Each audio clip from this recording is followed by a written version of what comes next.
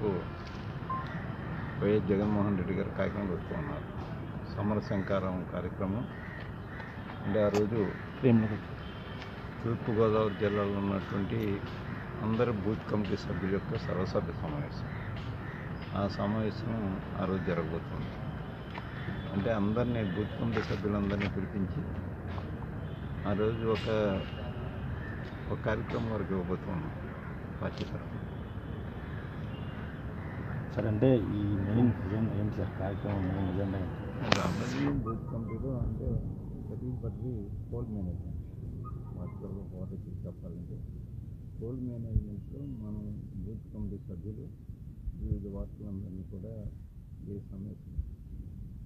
సమయంలో సరైన సమయంలో వచ్చి పోలింగ్ తీసుకురావాలనేది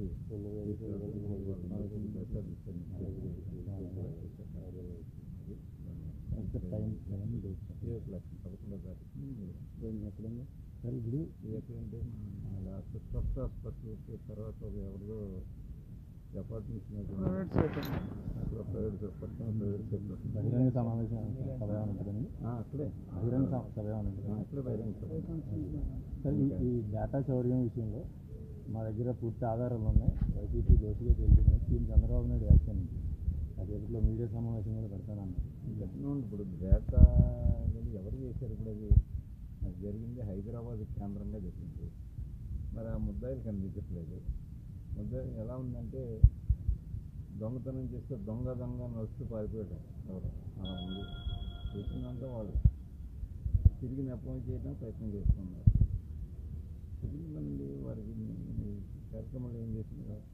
చాలా క్లియర్ ఎవిడెన్స్ తోటి మనం గవర్నర్ గారికి సమర్పించారు. వైఎస్ జగన్మోహన్ రెడ్డి గారికి ఎవరు చేసే కార్యక్రమంలో చాలా క్లియర్ చేశారు. నేను రామచంద్రపురం పట్టణంలోనే